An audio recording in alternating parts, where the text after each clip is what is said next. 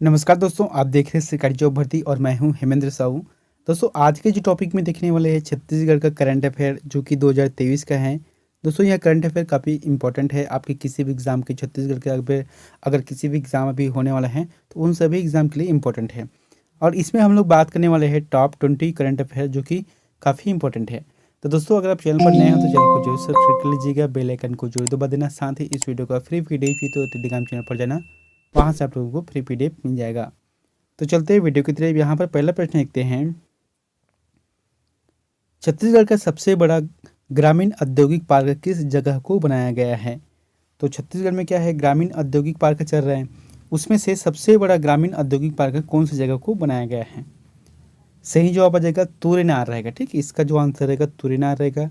यहाँ पर इसका डिटेल भी देख लेते हैं कि जगदलपुर के तुरेनार में 5 एकड़ में 2 करोड़ की लागत से प्रदेश का सबसे बड़ा औद्योगिक पार्क का बनाया जा रहा है। ठीक है, यहाँ पर जो है 19 यूनिट लगाया जाएगा, जिसके माध्यम से 1,000 से भी ज़्यादा ग्रामीणों को रोजगार मिलेगा। और जैसे कि ये 19 यूनिट है, जिसमें से 8 यूनिट ऐसे हैं जो कि फूड प्रोसेसिंग के लिए हैं, तो इसलिए जो इसका आंसर रहेगा तुरेनार रहेगा। अगला प्रश्न है, राज्य के किस जिले में कबीर शोध संस्थान की स्थापना की जाएगी। दोस्तों, जैसे कि कबीरदास जी है, उसके स्मृति में कबीर शोध संस्थान की स्थापना कहाँ पर की जाएगी। सही जवाब आ जाएगा नवा रायपुर। नवा रायपुर इसका सही रहेगा। जैसे कि देख लेते हैं कि बालोद की जो भानुकुन्हा में आयोजित कबीर स्मृति महोत्सव में सीएम श्री भूपेश बघेल वहां पर शामिल हुए थे, जहां पर उन्होंने घोषणा किया है कि कबीरदास की जो जीवन के चरित्रों पर, उसके जो आदर्श मूल्यों पर, उसके जो सही जो बताए गए रास्ते हैं, उसके लिए जानकारी के लिए शोध संस्थान की स्थापना की जाएगी, जिसका क्या नाम होगा, कबीर शोध संस्थान। और ये नया रायपुर में बनने जा रहा है। अगला प्रश्न है, स्वामी आत्मानंद शासकीय उत्कृष्ट विद्यालय योजना के अंतर्गत वर्तमान सत्र में कुल कितने लाभान्वित विद्यार्थी हैं। देखो, इसमें जो जैसे कि टाइम क्या रहता है नए शैक्षणिक सत्र का, जुलाई से लेकर मार्च तक रहता है। ठीक है, मार्च में एग्जाम रहते हैं। तो अभी जो चल रहा है उसमें जो नया सत्र है, यानी कि अभी जो सत्र चल रहा है उसमें कुल लाभान्वित विद्यार्थियों की संख्या कितनी है। सही जवाब क्या जाएगा, 2,52,600 विद्यार्थी यहाँ पर सही रहेगा। मैंने लिखा भी है कि इसकी जो योजना की शुरुआत है, यानी कि स्वामी आत्मानंद जो योजना की शुरुआत है, वहाँ 1 नवंबर 2020 से प्रारंभ किया गया था, जो कि पहली से लेकर 12वीं कक्षा संचालित है। प्रति कक्षा में, यानी कि एक कक्षा में आपको 50 सीट लेना है, यानी कि 50 विद्यार्थियों को लेना है। पहले ये जो है 40 विद्यार्थियों का था, लेकिन अब जो है 50 विद्यार्थियों को कर दिया गया है। ठीक है, तो जो है कुल चिन्हांकित शालाएँ हैं 718। अब ये 718 नए नहीं बनाएंगे, जो पहले से बना हुआ है उसका डेवलपमेंट करना है, यही है 718। इसमें से अंग्रेजी माध्यम के कितने संचालित हैं, 247 हैं। हिंदी माध्यम के कितने हैं, 32 है। और अभी वर्तमान में है, नए सत्र प्रस्तावित किए हैं 439। तो कुल मिलाकर 718 सही हो जाएगा। तो दोस्तों, कहने का मतलब ये है कि अभी सीजीपीएससी में चला था, जो बहुत सारे करंट अफेयर आए थे उसमें बहुत ही जो है टफ क्वेश्चन आए थे, और खासकर से जो डीपली क्वेश्चन है, खासकर से जो पॉइंट के अंतर्गत बहुत ही कम मात्रा में अंतर था, तो वही प्रश्न पूछे गए थे। हो सकता है इसको भी पूछ सकते हैं। तो इसलिए जो आपको याद रखना है कि जो अभी वर्तमान जो सत्र चल रहा है उसमें विद्यार्थियों की कुल संख्या है 2,52,600 है। अगला प्रश्न है, छत्तीसगढ़ की लता खापर्डे किस क्षेत्र के लिए प्रसिद्ध थी। तो छत्तीसगढ़ की एक है लता खापर्डे, वहाँ जो किस क्षेत्र के लिए प्रसिद्ध थी, जैसे कि राजनीति से है, पंडवानी से है, लोक गायिका है या साहित्यकार है। सही जवाब आ जाएगा लोक गायिका है। लता खापर्डे एक लोक गायिका है।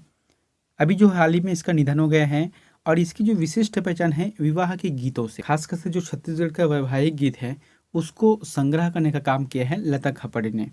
और इसका जो कार्य भी है, कौन कौन से कार्य है, एक है पिपली लाइफ का और एक है नौकर की कमीज, यहाँ पर सुधार लेना, नौकर की कमीज। तो ये 2 फिल्मों में भी काम किया है। और इसे जो है विशेष तौर पर विवाह गीतों पर रिसर्च करने के लिए भारत सरकार ने इन्हें फेलोशिप भी दिया है। अगला प्रश्न है, छत्तीसगढ़ में गोबर से पेन बनाने की कितनी यूनिट लगेगी। तो कितनी यूनिट लगेगी, इसका जो आंसर रहेगा 37 यूनिट। दोस्तों, आज के पेपर में देखना, दैनिक भास्कर में लिखा हुआ है 11,000 जहाँ पर लगा हुआ है ये पेंट के लिए, तो 11,000 लीटर इन्होंने बना लिया है। और इस जो 11,000 लीटर है उसके बाद इनको जो है लगभग 1 लाख लीटर का ऑर्डर मिला हुआ है। तो अभी जो है छत्तीसगढ़ में गोबर से जो पेंट बनने का काम है वहाँ डिमांड पर है, मांग है, इसकी बाज़ार में मांग है। ठीक है, तो यहाँ पर जो 37 यूनिट जो बनाया जाएगा, यहाँ पर देखे थे कि छत्तीसगढ़ में गोधन न्याय योजना से जुड़ी जो कारोबारी गतिविधियों का विस्तार तेजी से हो रहा है। इस योजना के जरिए गोबर और गौमूत्र खरीद रही है।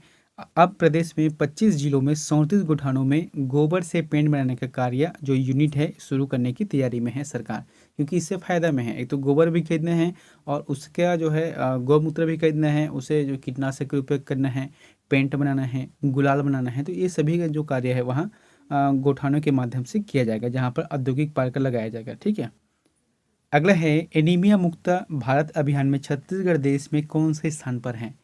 तो एनीमिया मुक्त करने के लिए छत्तीसगढ़ का योगदान कितना नंबर पर है पूरे भारत में? सही जवाब आ जाएगा तीसरे स्थान पर है। एनीमिया आप लोगों को पता है, जैसे कि नॉर्मल ब्लड कैसा रहता है, गोल रहता है, तो एनीमिया का जो ब्लड रहता है ऐसा टाइप रहता है, हंसी आकार में। यहाँ पर देखते हैं कि राज्य नोडल अधिकारी डॉक्टर VR भगत ने बताया कि छत्तीसगढ़ एनीमिया दूर करने के मामले में पूरे देश में तीसरे क्रम पर है। एनीमिया मुक्त भारत अभियान के अंतर्गत जैसे कि बच्चों, किशोरों, गर्भवती तथा शिशुवती महिलाओं को आयरन, फोलिक एसिड सप्लीमेंटेशन उपलब्ध कराने में छत्तीसगढ़ देश के तीसरे स्थान पर है। अगला प्रश्न है, तातापानी महोत्सव का आयोजन कब किया जाता है। दोस्तों ये करंट अफेयर से लेके क्योंकि अभी हाल ही में हुआ है। ठीक है, क्या बोला गया है कि तातापानी महोत्सव का आयोजन है वह कब किया जाता है। सही जवाब आ जाएगा मकर संक्रांति के अवसर पर। अभी देखते हैं कि बलरामपुर में तातापानी महोत्सव है, वहाँ 14 जनवरी से आयोजन किया गया है। इस महोत्सव की शुरुआत की गई है। यहाँ पर गर्म पानी का 10 कुंड है। कितना कुंड है? 10 कुंड है। अब जाकर कभी देखना वहाँ पर इसे छूकर, वहाँ गर्म रहता है पानी, हमेशा भाप निकलते रहते हैं। ठीक है, यहाँ पर जो है शिव जी की 80 फीट ऊंची मूर्ति स्थापित की गई है। साथ ही उसके जो नीचे में है, जो इसके तल घर है, वहाँ पर 12 ज्योतिर्लिंगों का दर्शाया गया है। अगला प्रश्न है, छत्तीसगढ़ में चिन्हित पर्यटन स्थलों की संख्या कितनी है। बहुत ही इंपॉर्टेंट है और बहुत ही इंपॉर्टेंट है। क्यों? देखो, छत्तीसगढ़ में बहुत सारे ऐसे क्षेत्र है, पर्यटन क्षेत्र, चाहे प्राकृतिक के क्षेत्र में हो, चाहे आध्यात्मिक के क्षेत्र में हो, तो छत्तीसगढ़ सरकार ने चिन्हित किया है कि ये जगह पर हम मतलब शासकीय तौर पर इसको चयन करते हैं। तो कितनी है? इसका जो आंसर रहेगा 139। ये आंसर सही रहेगा। ठीक है, 139 जगहों को, स्थानों को चिन्हित किया गया सरकार। मैंने यहाँ पर लिखा है, पहले क्या होता था कि एक क्या होता है कि सूचना के अधिकार, ठीक है, सूचना के अधिकार के माध्यम से प्राप्त करते थे जानकारी। अब ऐसा नहीं है। अब आपको अगर जानना है कि जैसे कि रायपुर क्षेत्र में कितना टूरिस्ट प्लेस है, या हो सकता है सरगुजा जिले में कितना है, तो ये जो है आपको छत्तीसगढ़ टूरिज्म बोर्ड के जो टोल फ्री नंबर है कितना है, 18001026 अथवा 07771422499 में कॉल करके पर्यटन स्थलों के बारे में जानकारी प्राप्त कर सकते हैं। अगला प्रश्न है, छत्तीसगढ़ में मछली पालन को खेती का दर्जा दिया गया है, जिसमें देश के मत्स्य उत्पादन में देश का कौन सा स्थान है। देखो, यहाँ पर प्रश्न 2 है, समझना अच्छे से। क्या बोला गया है कि छत्तीसगढ़ में जो है मछली पालन को कृषि का दर्जा दे दिया गया है। ठीक है, ये तो हो गया। इसके बाद क्या बोला गया है कि देश में जो मत्स्य उत्पादन है उसके मामले में छत्तीसगढ़ कौन से स्थान पर है। इसका जो आंसर क्या रहेगा, 6वां स्थान पर रहेगा। ठीक है, यहाँ पर 6वां है। देखते हैं, छत्तीसगढ़ मत्स्य बीज उत्पादन में 6वें स्थान पर है और मत्स्य उत्पादन में देश के 6वें स्थान पर है। प्रदेश में पिछली जो 4 सालों में मत्स्य बीज उत्पादन में लगभग 20% की वृद्धि हुई है। अगला प्रश्न है, राज्य की किस नदी में अमेजन नदी में पाई जाने वाली मछली मिली है। यानी कि अमेजन नदी में जो पाई जाने वाली मछली है वहाँ छत्तीसगढ़ राज्य के कौन सी नदी में से प्राप्त की गई है। सही जवाब आ जाएगा पैरी नदी से प्राप्त की है। दोस्तों यहाँ पर देखते हैं, गरियाबंद जिले के जो पंडोरा है वहाँ पर पैरी नदी के एक मछुआरे ने जो है डेविल मछली मिली है, यानी कि उसके जो जाल में है डेविल मछली फंसी है। ठीक है, जो अमेजन के नदी में पाई जाती है। और इस मछली के मिलने से अन्य जलीय जीवों को नुकसान बताया जा रहा है, क्योंकि ये जो डेविल मछली है वहाँ एक मांसाहारी है, यानी कि वहाँ अपने प्रजाति को छोड़कर वहाँ किसी भी प्रजाति की जो मछली है या और मछली में जीव जंतु रहते हैं उसको खाने का काम करता है। तो ये क्या है, अन्य जीवों के लिए नुकसान है। लेकिन यहाँ पर जो है पाया गया है, एक विचारणीय है कि जो अमेजन की नदी के जो मछली है वहाँ पैरी नदी में कैसे प्राप्त हुई है। अगला प्रश्न है, सरस्वती साहित्य सम्मान 2023 के लिए छत्तीसगढ़ के व्यक्ति विशेष को दिए जाने की घोषणा की है। तो छत्तीसगढ़ के कौन से ऐसे व्यक्ति विशेष हैं जिसको सरस्वती साहित्य सम्मान 2023 के लिए इनको चयन किए गए हैं? तो इसका जो आंसर रहेगा संजय अलंग रहेगा। ठीक है, संजय अलंग का चयन किया गया है। यहाँ पर देखे थे कि यहाँ जो है संजय अलंग जी साहित्यकार भी है, इतिहासकार भी है और वरिष्ठ प्रशासनिक अधिकारी भी है। ठीक है, संजय अलंग जी। और केंद्र के मानव संसाधन और शिक्षा मंत्रालय से सर्वश्रेष्ठ शोध शिक्षा लेखन का सर्वोच्च राष्ट्रीय पुरस्कार भी से मिल चुका है। अगला है, छत्तीसगढ़ के किस अभयारण्य या राष्ट्रीय उद्यान में नारंगी रंग का चमगादड़ देखा गया है? बहुत ही इंपॉर्टेंट है। तो नारंगी रंग का जो चमगादड़ है वह छत्तीसगढ़ से के जो कौन से अभयारण्य है या राष्ट्रीय उद्यान है वहाँ पर देखा गया है? सही जवाब आ जाएगा चौथा नंबर का, कांगेर घाटी नेशनल पार्क है, कांगेर घाटी राष्ट्रीय उद्यान में देखा गया है। यहाँ पर देखे थे इस चमगादड़ के पंखों पर नारंगी रंग का जो काले धब्बे बने हुए हैं, यानी कि जो नारंगी रंग का पंख है उसका जो शरीर है उसमें काले रंग का धब्बा बना हुआ है। और ये देश भर में अभी तक सिर्फ 3 जगहों पर देखा गया है। ठीक है, एक तो कहाँ पर देखा गया है, यहाँ पर देखा गया है कांगेर घाटी में, है ना। इसके अलावा 2 जगह और देखा गया है। और इसके जबड़े में 38 दांत होते हैं।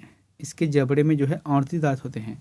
और इसका जो रहने का स्थान कहाँ पर बनाते हैं, ये अपना घोंसला सूखे केलों के पौधों के नीचे घोंसला बनाकर रहते हैं।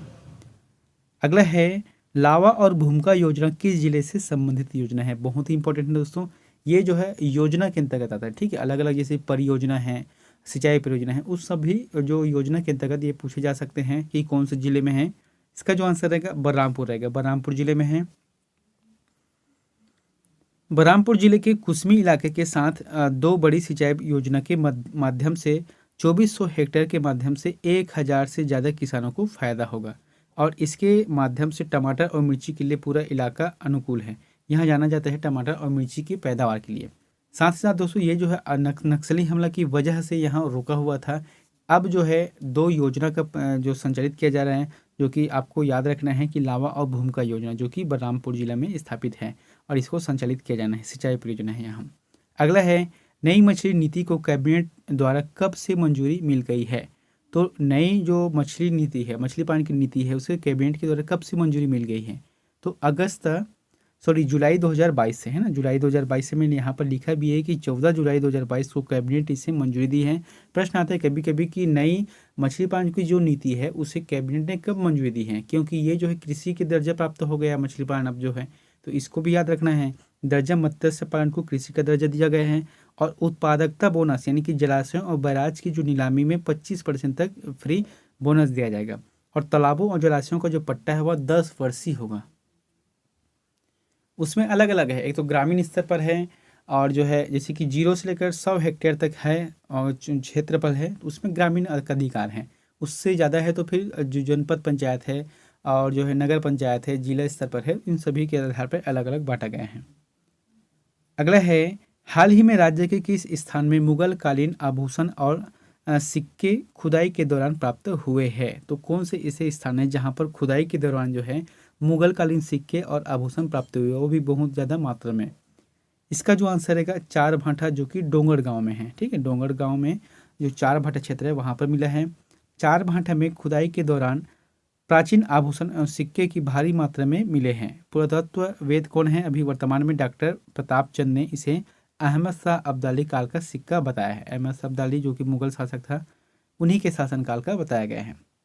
अगला है, नरसिंह गंगा का गुफा कहाँ पर स्थित है? या फिर कभी कभी इसको ऐसे पूछ सकते हैं कि नरसिंह गुफा कहाँ स्थित है? तो सही जवाब आ जाएगा कोरबा रहेगा। ठीक है, कोरबा जिले में स्थित है। कोरबा जिले के जो चैतमा है वहाँ पर एक है पलमा पहाड़ी, पलमा पहाड़ी में यहाँ स्थित है और माघ पूर्णिमा में मेला लगता है। अगला प्रश्न है, केंद्रीय पुल में सबसे ज़्यादा धान देने वाला छत्तीसगढ़ राज्य पूरे देश में कौन सा स्थान है? यानी कि केंद्रीय पुल में सबसे ज़्यादा धान देने वाला छत्तीसगढ़ पूरे देश भर में कौन सा राज्य के नंबर पर आता है, कौन से क्रम में आता है? सही जवाब आ जाएगा दूसरे नंबर पर। मैंने यहाँ पर लिखा है कि वर्तमान खरीफ मार्केटिंग सीजन में सेंट्रल पुल में दूसरे राज्य बना है यहाँ खरीदी करने के मामले में। ठीक है, तो प्रथम राज्य कौन सा है? पश्चिम बंगाल है। दूसरे में छत्तीसगढ़ है। यहाँ पर जो है 110 लाख मीट्रिक टन का लक्ष्य रखा गया था, अभी जो कि प्राप्त हो गया है, उससे ज़्यादा भी है। ठीक है, और इस वर्ष जो है 24.96 लाख किसानों ने पंजीयन। छत्तीसगढ़ में जो है दिनों दिन जो है जो रकबा का क्षेत्र है या किसानों का जो पंजीयन है वह बढ़ते जा रहा है। क्यों? क्योंकि छत्तीसगढ़ सरकार की बहुत सारे ऐसे योजना हैं जैसे कि सुराजी गाँव है, या भूमिहीन किसान मजदूर है, या किसानों को 9,000 रुपये देना है, या 7,000 रुपये देना है। तो कई ऐसे योजना है, जैसे कि 3 HP तक से बिजली बिल माफ़ है। तो ऐसी योजना है जिसकी वजह से किसानों जो है अपने आप को प्रेरित कर रहा है कि अब जो है कृषि को लौटना है, और इसीलिए जो ज़मीन पहले खाली पड़ा हुआ था अब उसका जो उपयोग कर रहा है। तो इससे क्या है कि रकबा भी बढ़ रहा है और किसानों का जो पंजीयन है वह भी बढ़ रहा है। अगला है, अंतर्राष्ट्रीय मैच कराने वाला देश का 50वां स्टेडियम कौन सा बना है? तो अंतर्राष्ट्रीय मैच का जो आयोजन कराने वाला अंतर्राष्ट्रीय देश का 50वां स्टेडियम कौन सा बना है? सही जवाब आ जाएगा वीर नारायण सिंह स्टेडियम रहेगा। ठीक है, वीर नारायण सिंह स्टेडियम। मैंने यहाँ पर लिखा है छत्तीसगढ़ के रायपुर जिले में स्थित शहीद वीर नारायण सिंह स्टेडियम, जो कि परसदा में है, वहाँ देश का 50वां स्टेडियम बना है, जहाँ पर अंतर्राष्ट्रीय क्रिकेट मैच खेला गया। यहाँ पर जो है 21 जनवरी 2023 को भारत और न्यूजीलैंड के मध्य मैच चला है। ठीक है, जिसमें भारत ने विजय हासिल किया है। अगला है, छत्तीसगढ़ को पहली बार एक साथ 3 पद्मश्री सम्मान प्राप्त हुआ है, इसमें से एक शामिल नहीं है। कौन सा शामिल नहीं है आपको ये बताना है। जैसे कि अजय कुमार मंडावी है, उषा बाल्ले है, बैरसन निषाद है, या डोमार सिंह कंवर है। सही जवाब आ जाएगा बैरसन निषाद, जो कि इसमें शामिल नहीं है, बाकी तीनों शामिल हैं। पद्मश्री में चुनी गई जिसमें 2 हस्तियाँ आदिवासी की थी, जो कि पहली बार है। छत्तीसगढ़ में अब जो है अलंकरण की संख्या 36 हो गई है। उषा बाले की जो कि पंडवानी के क्षेत्र में प्रसिद्ध है और तीजन बाई की शिष्या भी है। अजय कुमार मंडावी जो कि लकड़ी के बेजोड़ कलाकार है और साथ ही सामाजिक कार्यकर्ता भी है। और डोमार सिंह कंवर जो कि नाचाकेला क्षेत्र से है और साथ ही सामाजिक कार्य में यह भी संलग्न रहता है। अगला है, खेल एवं युवा कल्याण और सांस्कृतिक मंत्रालय की तरफ से राज्य में युवा महोत्सव का आयोजन कब से कब किया गया? तो राज्य में जो युवा महोत्सव का आयोजन है वह कब से कब किया गया है? सही जवाब किया जाएगा 28 से 30 जनवरी, 28 से 30 जनवरी के मध्य किया गया है। यहाँ पर देखे थे कि इस आयोजन में राज्य भर के लगभग 3,000 युवा, जिसमें 38 विधाओं में शामिल हुआ हैं। अब वो विधा अलग अलग है, एक तो है नृत्य का है, गायन का है, खेल का है, बहुत सारे विधाएं जिसको शामिल किया गया है। स्थान कहाँ पर है? साइंस कॉलेज जो कि मैदान है, साइंस कॉलेज की जो मैदान है वहाँ पर किया गया है। और आकर्षक केंद्र जो है बस्तरिया नृत्य को आकर्षक प्रस्तुति दिया है। इन्होंने जो आकर्षक प्रस्तुति का कार्यक्रम भी दिया है।